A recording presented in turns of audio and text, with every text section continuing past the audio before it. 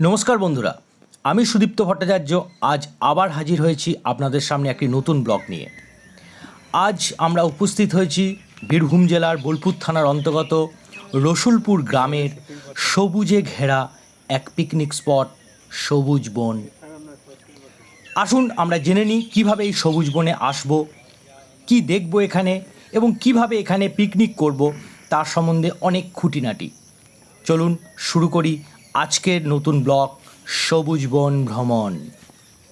Gate দিয়ে entry করেই আপনারা প্রথমেই দেখবেন একটা বহু প্রাচীন মন্দির।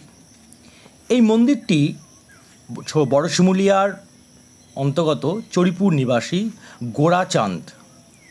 গোরাচাঁদ ঘোষ তিনি এই মন্দিরটি নির্মাণ করেছিলেন।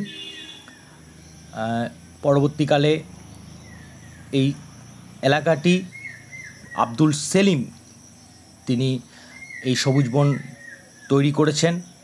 এখানে যে মূর্তিটি ছিল সেটি এখন গোসাইডাঙ্গা শিব মন্দিরে প্রতিষ্ঠিত হয়েছে, এখন এটা পরিত্যক্ত অবস্থায় পড়ে আছে। আমরা ঢুকে গেলাম বনের ভেতরে। এখানে কি কি দেখতে পাবেন? এখানে বিভিন্ন প্রজাতির গাছ, বিভিন্ন ফুল আপনারা এখানে দেখতে পাবেন।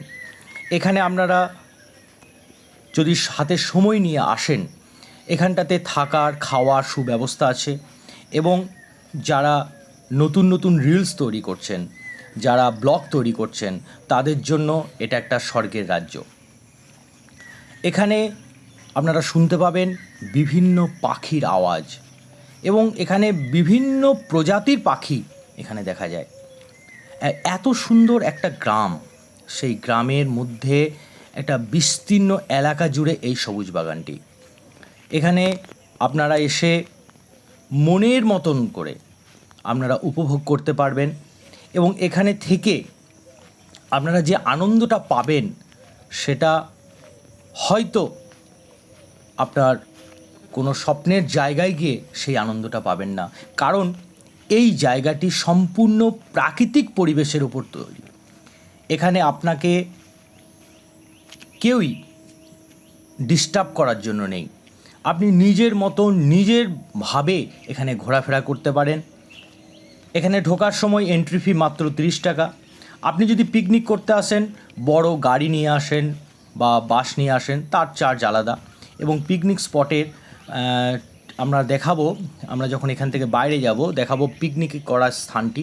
পাশে পাবেন অজয় নদীর পাশে এত সুন্দর একটি জায়গা। এবং আপনারা পিকনিক করতে চাইলে এখানে যদি যোগাযোগ করেন, আপনারা কিছু না নিয়ে এলেও এই আশেপাশে যারা বসবাস করেন তারা সম্পূর্ণরূপে এসে আপনাকে হাঁড়ি কড়াই সব কিছু দিয়ে তারা রান্না করে, এমনকি সেই বাসনপত্র মেজে আপনাদের খাওয়া পরিবেশন করে পর্যন্ত তারা দেবে। তাই এখানটাতে আপনারা নিশ্চিন্তে আসতে পারেন। আমি ডেসক্রিপশানে এখানকার আসার লোকেশন ও ফোন নাম্বার দিয়ে দেবো। মনে রাখবেন, বোলপুর বাসস্ট্যান্ড থেকে নেমে আপনারা 500 যে কোনো বাসে চাপবেন। বাসে চেপে আপনার উপরখড়া পালপাড়া মোড়ে নামবেন। সেই পালপাড়া মোড় থেকে মাত্র 500 মিটার দূরে এই সবুজ বন। এখানটাতে আপনারা টোটো করেও আসতে পারেন বা হেঁটেও আসতে পারেন। তবে যদি হেঁটে আসেন, সবথেকে বেশি প্রাকৃতিক সৌন্দর্যটা দেখতে পাবেন। বেশি দূর নয়, 5-7 মিনিট লাগবে পালপাড়া বাসস্ট্যান্ড থেকে।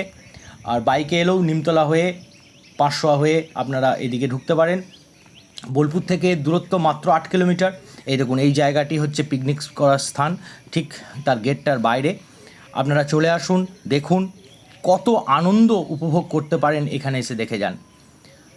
পরবর্তী পার্টটা আমি পরবর্তী ভিডিওতে দেখাবো এবং এখানে কিভাবে আপনারা উপভোগ করবেন তার পরবর্তী পার্টি আমি আপনাদেরকে দেখাবো। বলছি যে আমরা যে সবুজ বনে এখানে আসবো, তা এখানে আসার জন্য আমাদের ঢোকার জন্য কত এন্ট্রি ফি আমাদের দিতে হবে? এন্ট্রি বর্তমান 30 টাকা পার হেড। আচ্ছা 1 আওয়ার, আচ্ছা 1 ঘন্টা। আচ্ছা, যদি কেউ এখানে পিকনিক করতে চায় তাহলে তাদের জন্য পিকনিক স্পটের আলাদা চার্জ আছে, গেটিং আলাদা।